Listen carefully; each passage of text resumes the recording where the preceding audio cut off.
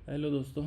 आज मैं आपको अपने सितंबर मंथ का पीएनएल दिखाना चाहता हूँ कि क्या हुआ है। तो मैं सितंबर मंथ इधर कलेक्ट कर लेता हूँ, ये सितंबर मंथ सेलेक्ट कर लेता हूँ। तो ये मेरा आया 5,321 रुपये सितंबर मंथ में आया, जो पिछले महीना दिखा देता हूँ, अगस्त का 5,211 रुपये से 100 रुपये ज़्यादा है।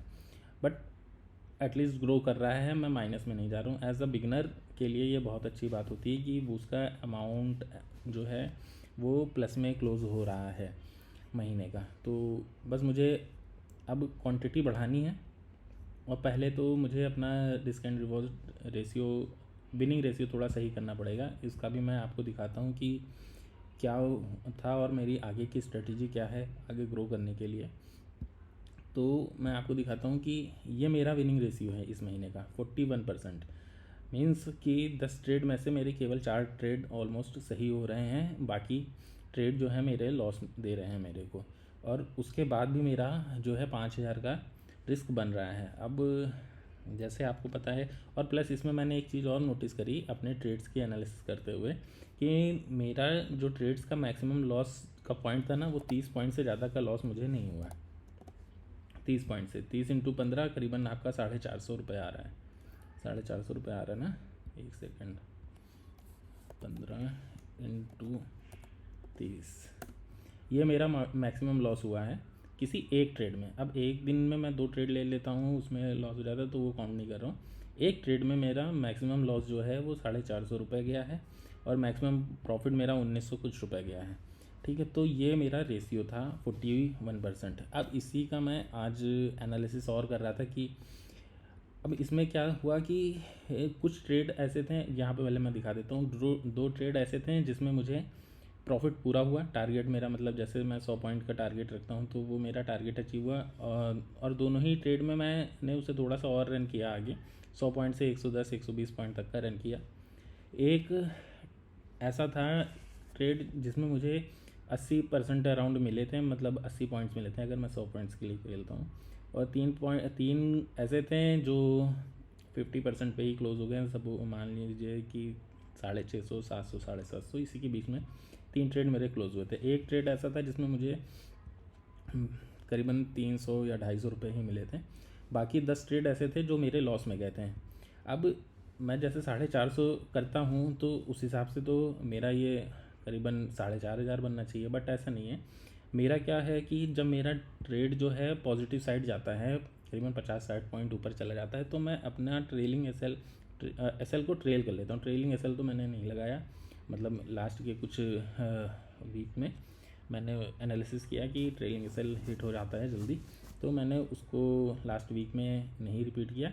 अब मैं क्या करता हूँ कि जब मेरा ऊपर मूव हो जाता है तो मैं एसएल को अपने एंट्री पॉइंट से 10 रुपये नीचे, 10 पॉइंट्स नीचे या 15 पॉइंट नीचे रख देता हूँ, और ज़्यादा ऊपर चला जाता है तो मैं उसे अपनी एग्जैक्ट पोजीशन पे रख देता हूँ एंट्री पॉइंट्स पे। तो उसकी वजह से मेरे ये 10 ट्रेड जो थे वो लॉस में गए केवल। ठीक है, और उससे मुझे ये लॉस हुआ और ये प्रॉफिट हुआ जो सबका था। अब इसमें एनालिसिस कुछ ये रही कि इसी के साथ साथ जैसे मैं सेलिंग करता हूँ, अब मैंने सेलिंग के साथ साथ बाइंग का डेटा भी कलेक्ट किया। बाइंग का ये सिनेरियो रहा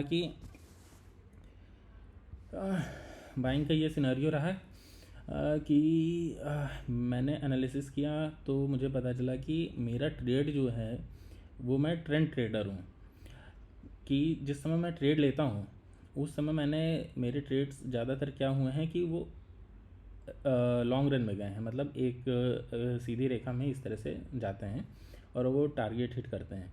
तो उसकी वजह से मैंने ये नोटिस किया कि ये जो मेरा विनिंग रेशियो है, जो बाइंग में जो विन परसेंटेज है, वो इससे ज़्यादा आ रहा है, और लॉस भी मेरा ऑलमोस्ट इसके करीबी ही आ रहा है। ठीक है, तो मैं अगर सेलिंग को छोड़ करके बाइंग साइड का भी ट्रेड लूँ खाली, जैसे सेलिंग में पैसा ज़्यादा लगता है, ठीक है, अब उसकी जगह मैं अगर बाइंग करूँ तो मेरे करीबन इसमें 23 गुना ज़्यादा क्वांटिटी मुझे मिल जाएगी। जितना मैं इसमें जैसे 5,000 कमा रहा हूँ, तो 5 × 23 आप कर सकते हो। ये सेम प्राइस में जितना अमाउंट इसका है उतने ही अमाउंट में मैं इसका सेल करूँगा, बाइंग में ट्रेड करूँगा, तो मेरा उतना बन जाएगा। बट अभी वो मैं करूँगा, जो डेटा देख देख के मुझे एनालिसिस हुआ उसके हिसाब से मुझे बाइंग करनी चाहिए। बट अभी पहले मेरा टारगेट है कि ये मेरा विनिंग परसेंटेज है, रेशियो है, इसको थोड़ा सा मेंटेन करना है, सुधारना है। अराउंड कम से कम 60 to 80 तो कम से कम जाने चाहिए, 70 मान लीजिए, 70 तक का मुझे इसे सुधारना है। क्यों सुधारना है? क्योंकि मैंने अपने ट्रेड्स की एनालिसिस करी, अभी इन तीनों की नहीं करी, इधर की 4 की, इस डेट की, ये वाले की तो एक दिन की कर ली है, इसको हटा दीजिए, ये 3, एक 4 यहाँ पे आ जाएगा, ठीक है। इसकी नहीं करी, उसके अलावा मैंने करी। तो अगर मैं अपने रूल को फॉलो करते हुए ट्रेड करता हूँ तो मेरा जो है टारगेट सब में ऑलमोस्ट अचीव हो रहा है, एसएल नहीं हिट हो रहा है। अभी यहाँ पे क्या हुआ, बहुत सारे ट्रेड ऐसे थे कि जो मैंने बिना रूल फॉलो किए हुए ले लिए। अक्सर बिगिनर्स की यही गलती होती है कि वो जो अपना रूल बनाते हैं वो उस पर स्टिक नहीं रह पाते हैं, ठीक है। मेरे साथ भी वही हो रहा है, तो इसे मुझे सुधारना है। और इसे सुधारने के लिए मुझे यही करना होगा कि चेकलिस्ट बनाऊं, या तो फिर कि हाँ पहले ये वाला कॉलम टिक हुआ, ये टिक हुआ, ये रूल फॉलो हुआ, ये रूल फॉलो हुआ, उसके बाद मैं ट्रेड लूँ। तो मैंने वो चेकलिस्ट भी बनाई थी, बट वो एज अ रियल टाइम काम नहीं करती। तो इस पर आपको प्रैक्टिस करनी होगी, मुझे अच्छी खासी प्रैक्टिस करनी होगी और रियल टाइम पे प्रैक्टिस करनी होगी कि रूल मेरे दिमाग में रहे। जब मैं लूँ तो अपने आप ही मुझे पता चल जाए कि हाँ ये रूल है मेरे, और ये रूल मेरे फॉलो हो रहे हैं, अब मुझे ट्रेड लेना पड़ेगा। क्योंकि इसमें करीबन इसका 70% कुछ ट्रेड ऐसे थे जिसमें मेरा जो है, एक ये साइडवेज को अगर छोड़ दें, जिसमें ये साइडवेज हो गया, इसको अगर छोड़ दें तो किसी और में मेरा एसएल हिट होने के कोई चांसेस ही नहीं थे अगर मैं रूल फॉलो करके करता है, ठीक है ना। तो मेरा विनिंग इसके हिसाब से तो मेरा विन रेशियो करीबन 90% का है, बट एक्चुअल उसमें 90% का नहीं होता है। लोग जो हैं वो अपने रूल को फॉलो नहीं कर पाते। तो मुझे पहले इसे सुधार करके एटलीस्ट 70 to 80% करना होगा। जब ये 70 to 80% हो जाएगा, मुझे जैसे एक दिन में 10 दिन में एक ट्रेड ही भले ही लूँ, लेकिन मैं अपने रूल को फॉलो करते हुए लूँ।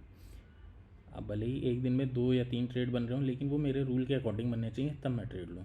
अभी क्या हुआ कि मैंने जो है एक दिन में 2-3 ट्रेड ले लिए, और ऐसा हुआ कि 2 ट्रेड जो है बिना रूल के लिए, 1 ट्रेड रूल के लिए, ठीक है ना। तो उस चीज़ को मुझे लेस करना है और इसको इंक्रीज़ करना है 70%। जब ये 70% हो जाएगा तो जैसे मैंने बताया कि अभी जैसे सपोज दैट 5,000 रुपये प्रॉफिट हो रहा है, मान के चलते हैं, ठीक है। और 80,000 का 88,000 का कुछ 80 मान लेते हैं, 80,000 का सैकड़ा 10,000, 80,000 का एक वो आता है, एक 15 लॉट आते हैं। अब 4,500 मान लेते हैं मैं कि एक लॉट आता है बाइंग का, तो 17 गुना 17 इंटू आपका 5,000, करीबन 88,000 रुपये जो है मेरा बाइंग में बन रहा है, सेम अमाउंट रख करके जो मैं इसमें सेलिंग में लगा रहा हूँ।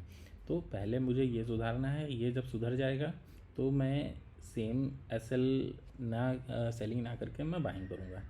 तो मेरा ये टारगेट रहेगा नेक्स्ट मंथ के लिए कि मुझे अपने सारे ट्रेड जो है वो मेरे रूल के अकॉर्डिंग लेने हैं और इसको सुधारना है। और जब ये हो जाएगा तो नेक्स्ट मंथ में ट्राई करूँगा कि बाइंग हो। पहले ये सुधारना है, इसको 70% लाना है, फिर ये किया जाएगा। ठीक है दोस्तों, आई होप कि आपको ये पूरी कहानी समझ में आई होगी, और देखते हैं कि नेक्स्ट मंथ क्या होता है।